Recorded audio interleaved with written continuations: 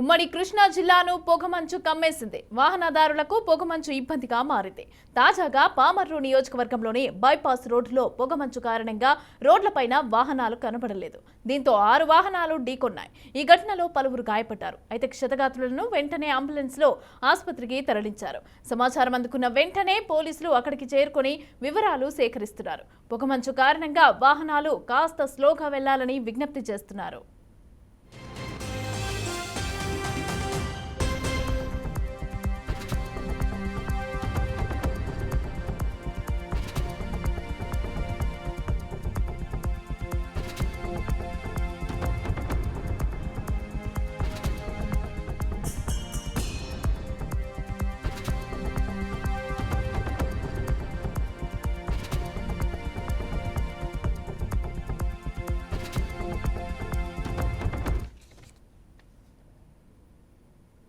రైట్గా ఈ అంశానికి సంబంధించి పూర్తి డీటెయిల్స్ మా అమరావతి బ్యూరో చీఫ్ ఏడుకొండలు అందిస్తారు. ఏడుకొండలు, చెప్పండి, అసలు ఈ గాయపడ్డ వారి పరిస్థితి ఎలా ఉంది? అక్కడ ఏమైనా చర్యలు తీసుకుంటున్నారా, లేదా ఈ పొగమంచు కారణంగా స్లోగా వెళ్లాలనే ఒక బోర్డులనైనా పెట్టాల్సిన అవసరం అయితే ఉంది? అయితే ఏం చేస్తున్నారు?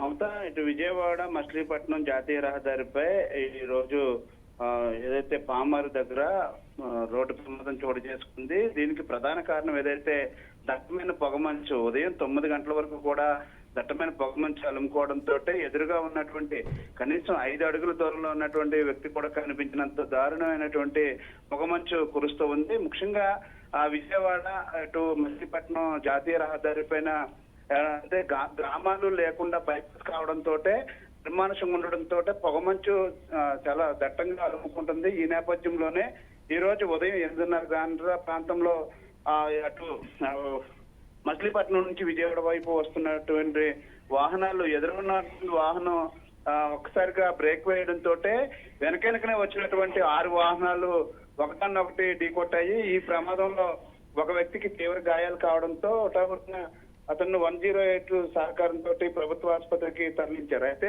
సంఘటన జరిగిన ప్రాంతానికి పామర్ ఎస్ఐ చేరుకుని ఆ ట్రాఫిక్ ను క్రమబద్ధీకరించారు. అయితే ముఖ్యంగా ఏదైతే జాతీయ రహదారి పైన దట్టమైనటువంటి పొగమంచు అలుముకుంటున్న నేపథ్యంలో వాహనాలు కొద్ది నెమ్మదిగా వెళ్లాలంటూ కూడా ఆయన సూచించినటువంటి పరిస్థితి. ఇండికేటర్లు అక్కడ ఏర్పాటు చేసినప్పటికీ కూడా ఎక్కడ కూడా కనిపించినటువంటి దారుణమైనటువంటి కారణంగా తరచూ ఈ ప్రమాదాలు అయితే చోటు చేసుకుంటున్నాయి.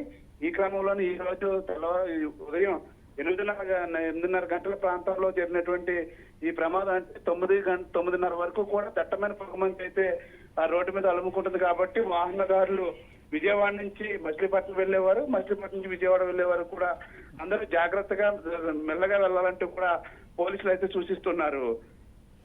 రైట్, గాయపడ్డ వారి పరిస్థితి ఎలా ఉంది? డాక్టర్లు ఏం చెప్తున్నారు?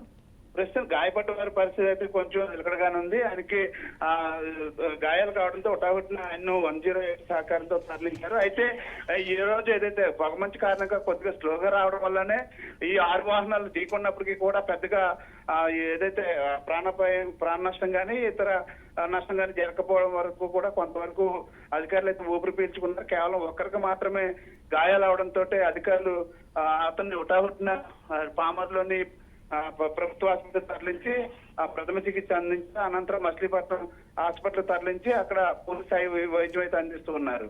Right, thank you Edukondalu, thanks for the details.